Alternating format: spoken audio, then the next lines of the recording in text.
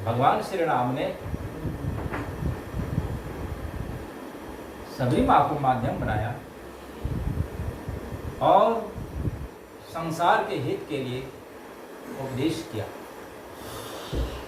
जो उन्नति चाहता है, कल्याण चाहता है, इसके लिए नवधा भक्ति का उपदेश किया। 9 प्रकार की भक्ति का उपदेश उन्होंने मानस में माँ सभी के माध्यम से उपदेश निकालने की कृपा किए थे। मुक्ति की मंजिल पर चढ़ने के लिए 9 सीढ़ी लगी हुई है। पहला सीढ़ी क्या है? संतों का संग। जब तक संतों का संग नहीं करेंगे, पहला सीढ़ी में हमारा कदम जब तक नहीं पड़ेगा तो दूसरे तीसरे आगे सीढ़ी कैसे चढ़ेंगे? संत का अगर संग करेंगे, सारी बातें पता चलेगी वहीं से, सारा ज्ञान हमको मिलेगा वहीं से। संत ही जानते हैं इसके संबंध में और किसी को पता नहीं। मुक्ति की मंजिल पर कैसे आगे बढ़ेंगे, चढ़ेंगे? सारा भेद रस परमात्मा का खेल क्या है? संसार। उनकी कथा ज्ञान संतों के संग से ही मिलता है, मिलेगा। क्योंकि इसके भेद को और कोई नहीं जानते, एकमात्र संत ही जानते। इसलिए सबसे पहले संतों का संग करने के लिए भगवान कहते हैं। संत का संग करेंगे, परमात्मा के संबंध में सही सही बोध पता चलेगा, ज्ञान होगा, समझदारी आएगी। क्या करने की आवश्यकता है? इस संसार में दुख ही दुख है। संसार के दुखों से अगर बचना चाहते हैं, छुटना चाहते हैं, कल्याण चाहते हैं, तो सत्संग करके ज्ञान समझ में आ जाएगी कि जब तक कर्म नहीं करेंगे, उपाय नहीं करेंगे, तब तक छुट्टी नहीं मिलेगी। दक्षिण भारत में 2 विचार के लोग हुए। भक्त लोगों ने निर्णय किया कि भक्ति में क्या करना है। जैसे एक विचार वाले लोग कहते हैं भक्ति में क्या करना, भगवान को इसे पुकारना, याद करना है। जैसे बिल्ली बच्चा देती है ना, कि बिल्ली का बच्चा सिर्फ मियाव मियाव करना जानती है। फिर बिल्ली क्या व्यवस्था होनी चाहिए, सारी व्यवस्था करती है बिल्ली के बच्चे के लिए, कि नहीं? तो उस विचार वाले लोग को कहा तैंकले मत, दबीर देश में जो भक्ति का प्रचार जहाँ से आरंभ हुआ है, एक विचार वाले लोग कहते हैं भक्ति में कुछ नहीं करना है, भगवान ही सारी व्यवस्था करेंगे, सिर्फ भगवान को याद करो, पुकारो बस। उसको कहा तैंकले मत, कि सब कुछ वही व्यवस्था करें तो भगवान। ये सब उदाहरण दिया बिल्ली के बच्चे को। मजार शावक बिल्ली के बच्चे को देखते म्याव म्याव करना जानती है, तो बिल्ली उसकी आवाज़ को सुन करके आ जाती है दौड़ करके, और अपने उसी दांत से पकड़ करके उस बिल्ली के बच्चे को, अपने बच्ची को, अपने बच्चों को क्या करती है बिल्ली? क्या व्यवस्था होना चाहिए? पकड़ करके ये घर से दूसरा घर, दूसरा घर से तीसरे घर देते हैं। लोग कहते हैं 7 घर तक घुमाते हैं। क्या उस गांव में 7 घर होता है? इशारा है। अर्थात अपने बच्चे को कम से कम 7 घर तक घुमाते हैं। इसके उदाहरण में भी रहस्य है। और दूसरे विचार वाले लोग कहते हैं कि नहीं, भक्ति में साधन करने की आवश्यकता है। जब तक साधन उपाय कर्म नहीं करेंगे तब तक कल्याण नहीं हो पाएगा, अपनी छुट्टी नहीं मिलेगी। उसके में भी उदाहरण में बतलाते हैं, कहते हैं जिस तरह से देते हैं। कपि शावक बंदर के बच्चे को बलड़ी सब जो बच्चा देती है, तो अभी नन्हे बच्चे जो छोटा अभी जन्म ही लिया है, जन्म के पश्चात थोड़ा होश वास होता है कि होते ही वो कपि शावक बंदर के बच्चे को देखिए माँ से चिपक जाती है। कुपा घाट में मैंने देखा है, घुमा रहा हूँ, क्या 5-6 साल लगातार, तो अंदर के बच्चे को कुछ आहट हुआ, भाई भागना है, वो बच्चे जो है माँ के पेट में सट जाता है, पकड़ लेता है, और वो एक डाल से दूसरे डाल, एक घर से दूसरे डाल कूदते कूदते घास वहां फरार हो जाती है। वही कहा, उसको कहा बरकले मत, अर्थात साधन करना पड़ेगा, भक्ति में उपाय करना पड़ेगा। अपना उपाय साधन जब तक नहीं करेंगे तब तक छुट्टी नहीं मिलेगी, संसार से कल्याण नहीं होगा। पहले विचार वाले लोग कहते हैं जिसको तैंकले मत, भगवान ही सब कुछ करेंगे। तो भगवान जहाँ तक करने का है वो जो उनकी भक्ति करता है, तो उसी तरह से एक घर से दूसरे घर, अर्थात संसार में अनेक जन्मों तक इस व्यवस्था में रख करके भगवान धीरे धीरे भक्ति प्रदान करते हैं। संसार में चक्कर लगाना पड़ता है, और जो साधक शीघ्र उन्नति चाहता है, अपना कल्याण चाहता है, इसके लिए उपाय करता है। जिस तरह से देखते हैं उपाय अपने हाथों से अपने माँ के पेट को, स्तन को पकड़ करके बच्चा मजबूती से रहता है, माँ उछलती कूदती इस घर से उस घर, इस डाल से उस डाल से निकल जाती है। यह उपाय साधन करना पड़ेगा, इसको कहा बरकले मत। तो वही कह रहे हैं जितने भी संत भगवान सबके सब कहते हैं। अभी भगवान राम के उपदेश को मैं संक्षेप में सुना रहा हूँ कि भगवान श्री राम ने कहा,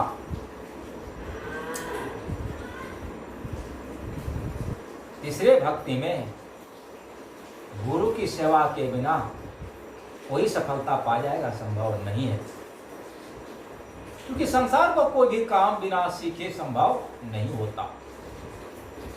छोटा छोटा काम भी सीख करके ही किया जाता है, कोई भी काम बिना सीखे समझे बुझे नहीं होता है। छोटे छोटे कामों को हम लोग देखते ही हैं।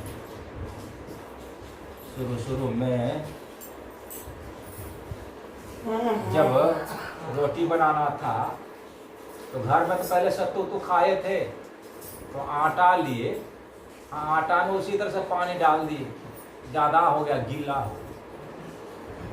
अब उस आटे को सामने बेलने लायक बनाने में फिर आटा हमको मिलाना पड़ा, ढेर हो गया आटा।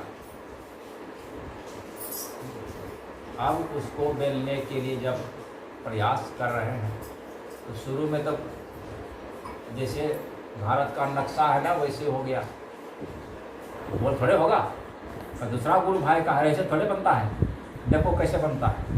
तब वो चकला में दे दिया, देखो देखो घुमा करके देखो कैसे गोल होता है। तो छोटा सा काम है ये, बिना सीखे जब नहीं होता है। ये सबसे बड़ा काम है ये ब्रह्म ज्ञान, बिना सीखे हो जाएगा, बिना गुरु का। वही कह रहे हैं बिना सीखे कोई काम नहीं हो पाता। गुरु बिनु हो ही कि ज्ञान, बिना गुरु का यह ज्ञान कहाँ संभव। सबसे बड़ा यह ब्रह्म ज्ञान, ब्रह्म विद्या, इसको कोई बिना सीखे बिना गुरु के ही कोई कर लेगा, कब संभव है। इसलिए गुरु पद पंकज सेवा, जितनी भी संत भगवान विदाई करते हैं, जिससे हम कोई ज्ञान सीखते हैं, जिससे ज्ञान सीखते हैं, सीखने वाले सिखाने वाले का अवश्य ही सेवा होनी चाहिए, सेवा करना चाहिए। मनयोग पर जो सेवा करेंगे तब दिल खोल करके आपको वो सारी बातें बताएगा। ये रहस्य की बात है। वही गुरु पद पंकज सेवा, इसलिए भक्ति अमान मान रहित होकर के करना चाहिए, निष्कपट निश्चल होकर के। चौथी भक्ति में उसने हिदायत की है,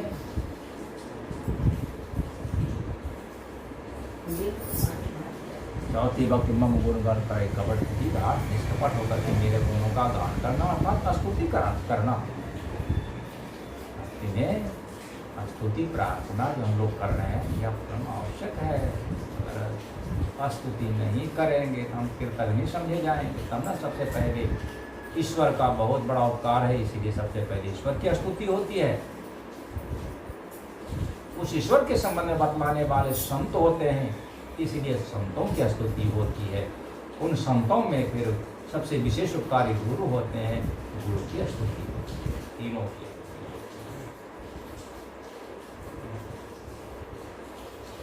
पांचवी भक्ति में कहते हैं दृढ़ विश्वास के साथ मेरे मंत्र का जप करना। दृढ़ विश्वास के साथ, जो वेदों में पुराणों में कही गई है, मंत्र जाप मम दृढ़ विश्वासा पंचम भजन सो वेद प्रकाशा। दृढ़ विश्वास के साथ मेरे जो मंत्र है उसका जप करना, ये पांचवी भक्ति है। छठ दम शील विरति बहु कर्मा निरत निरंतर संयम। छठी भक्ति में भगवान हिदायत करते हैं दमशील बनने की आवश्यकता है, दम का साधन। इस संसार से अगर अपना कल्याण चाहते हैं, मोड़ना चाहते हैं, तो दम का साधन जो बता रहे हैं यह करना पड़ेगा। यह साधन कैसे हो पाएगा? अचानक नहीं होगा। इसके लिए समझ बूझ सत्संग से हो जाएगी। और छठी भक्ति में 3 काम बतला रहे हैं।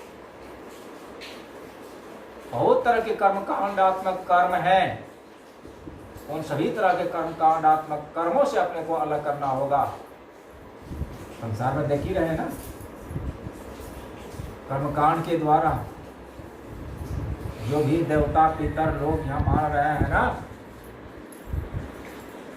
कितने देवी देव हैं, कितने भगवान हैं, कितने अवतार हैं, कौन कौन व्रत पर्व त्योहार यज्ञ याग क्या नहीं कर्म कारण हो रहा है, कर रहे हैं।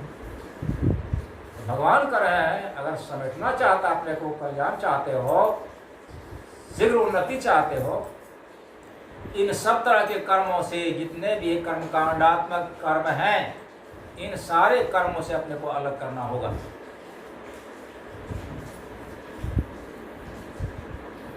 तो अभी जो आप लोग देख रहे हैं, कर रहे हैं, बरखी के अवसर पर भी कर रहे हैं।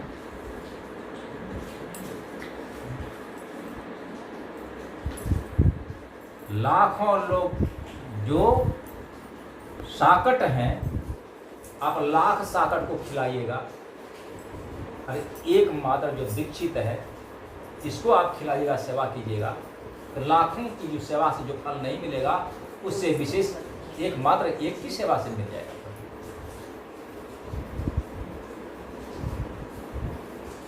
लाखों सत्संगियों में से दीक्षित हैं, उनमें से एक मात्र विरक्त की अगर सेवा कर देते हैं, तो लाखों की सेवा से विशेष फल आपको मिल जाएगा।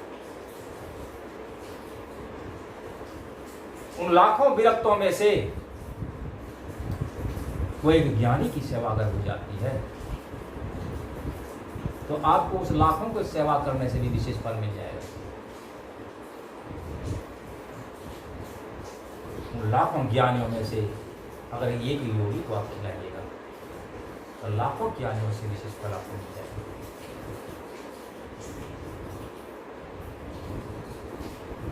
जो योगी हैं, ज्ञानी सबसे श्रेष्ठ हैं। अगर उनकी एकमात्र सेवा पूजा हो जाती है, किसी की सेवा हो जाती है, उसके बाद ही कुछ भी नहीं। आप एकमात्र, कल भी मैं कह रहा था कि घर संसद गुरु से दीक्षा शिक्षा लेकर बैठ करके सिर्फ अपना जप करेंगे, कहीं कुछ करने की आवश्यकता नहीं है। जो 2 लाखों को आप खिलाएंगे, लाखों खर्च करके, आप जो मेहनत करके जो इतना कर रहे हैं, उससे कोई लाभ फल नहीं मिलेगा। जो मात्र बैठ के जप करेंगे आप, इसी से उसकी आत्मा की तृप्ति हो जाएगी, पुष्ट होगा, और उसका कल्याण का मार्ग यही है, और दूसरा कोई मार्ग नहीं हो। उनसे उसका कल्याण होना संभव नहीं है। इससे उसका कल्याण हो जाएगा, उसकी भलाई। क्यों?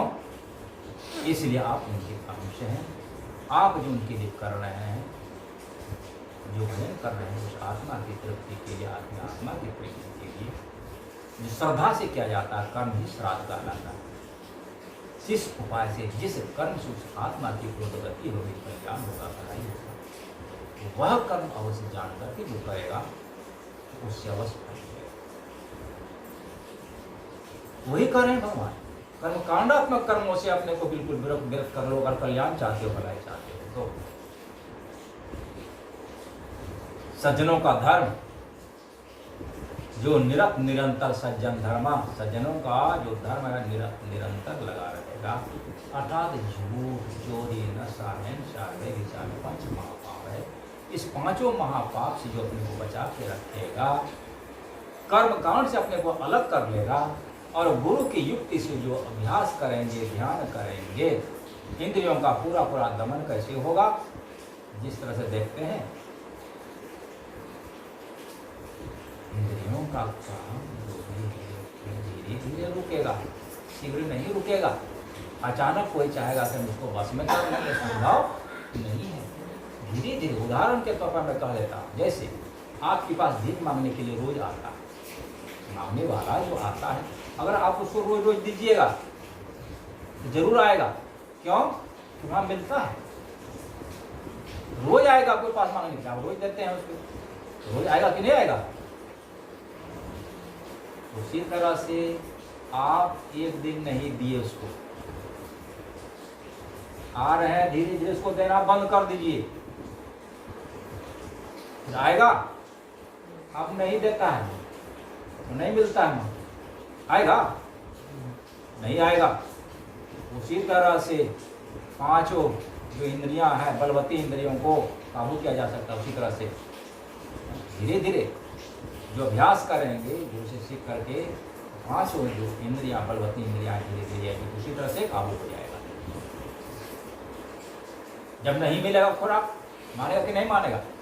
भजन में बैठेंगे, पूरा पूरा दमन होगा, इंद्रियों का दमन हो जाएगा, छठी भक्ति हो जाएगी। दृष्टि की धार जहाँ जोड़ने के लिए हिदायत किया गया है, दृष्टि की धार जब तक टिक जाएगी नहीं, तब तक पूरा पूरा इंद्रियों का दमन नहीं हो पाएगा। जैसे इंद्रियों का दमन हो जाएगी, दृष्टि टिक जाएगी, पूरा पूरा इंद्रियों का दमन हो जाएगा, छठी भक्ति में सफलता मिल जाएगी, जैसे योग की क्रिया में सफल हो जाएगी। आगे 7वीं भक्ति में महावीर 3 काम बतला है। 7म सन मोहिमय जग देखा, मोते संत अधिक करी देखा। 7वीं भक्ति में श्रम का साधन, मन का निग्रह। पहले दम का साधन, इंद्रियों का दमन होता है, इसके बाद मन का मनोनिग्रह, मन का निरोध होता है। जब जिसकी दृष्टि टिकती है अपने अंदर में, वो ठीक का शब्द का द्वार खुल जाता है। बिंदु में कहा नाद बोले रहने दो सुहावन। जैसे दृष्टि टिकेगी वहीं शब्द आग उठता है, मिल जाता है, अर्थात शब्द का उसको द्वार मिल जाता है। आगे शब्द के सहारे आगे गमन होता है। शब्द को ही पकड़ करके कारण महाकारण धीरे धीरे भागवत तक चैतन्य मंडल में पहुँचता है। जब जाकर के परमात्मा के जहाँ से शब्द की उत्पत्ति हुई है, उस समय जाकर के मिल जाता है, वहाँ पूर्ण रूप से समता हासिल हो जाती है। और वहाँ देखते हैं संसार में दूसरा कुछ एकमात्र ईश्वर ही परमात्मा का सारा खेल चरित्र है, दूसरा कुछ। इसी काम को करने के लिए भगवान श्री कृष्ण का है, माम अनुस्मरण युद्धश्च, मेरा स्मरण करो और युद्ध भी करो। इस काम को करने के लिए दिन रात एक करना होता है। इसी काम को करने से क्षमता हासिल होती है, समझ की प्राप्ति होती है, योग में सफल हो जाता है और सदा के लिए दुखों का अंत हो जाता है। इसी के लिए सत्संग और ध्यान दोनों बड़ी मजबूती के साथ करने के लिए वो महाहिदायत करते हैं। सभी को पा लेता है। अब उनकी अपनी इच्छा मर्जी हो जाती है, संसार के कल्याण के लिए संसार में आते और चाहे वहाँ से सदा के लिए अपना संसार से उद्धार कर लें, कल्याण संसार से मुक्त हो जाए, संसार में नहीं आकर के सदा के लिए अपना कल्याण कर लें, मोक्ष मिल जाता है सदा के लिए। जिस तरह से सबरी माता ने भगवान राम के रहते शरीर छोड़कर के सदा के लिए चली गई, फिर जहाँ से लौट करके आना नहीं होता है। हाँ, परमात्मा में जाकर के इस तरह से बूंद पानी जो देख रहे हैं, जिस तालाब से, जिस सरोवर से, जिस सागर से अगर लिए हैं, तो वह बूंद जाकर उसमें डाल देंगे तो क्या होगा? फिर अलग होगा? नहीं अलग होगा, अलग कर ही नहीं सकते। उसी तरह से जीवात्मा परमात्मा का अंश है, या अंश अपने अंश ही परमात्मा में जाकर के मिल जाएगा, सदा के लिए दुख का अंत हो जाएगा। परमात्मा सुख स्वरूप है, उसी में जाकर के मिल करके परमात्मा ही हो जाते हैं। यही काम करने के लिए संत मत का जो है उपदेश है, गुरु महाराज जो बताए, तो बड़ा ही उत्तम कर्म है। यह जितना जल्द हो सके, जितना शीघ्र हो सके, इसमें जुड़ करके सबों को अभ्यास करना चाहिए। इस काम को चाहे आप लाख जन्म के बाद करें, चाहे अभी करें, करके ही छुट्टी मिलेगा। जब भी छुट्टी मिलेगी, इस काम को करके ही छुट्टी मिलेगी। ना आप चाहे तो संसार में अनंत जन्म भोग करके ही, लेकिन करके ही छुट्टी मिलेगी। या शीघ्र उन्नति चाहते हैं, छुट्टी चाहते हैं, शीघ्र ही जुड़ करके इसको जो जितना मनयोग पूर्वक करेंगे उतना ही शीघ्र लाभ होगा। ये थोड़ा सा था। बोलिए श्री सद्गुरु महाराज की।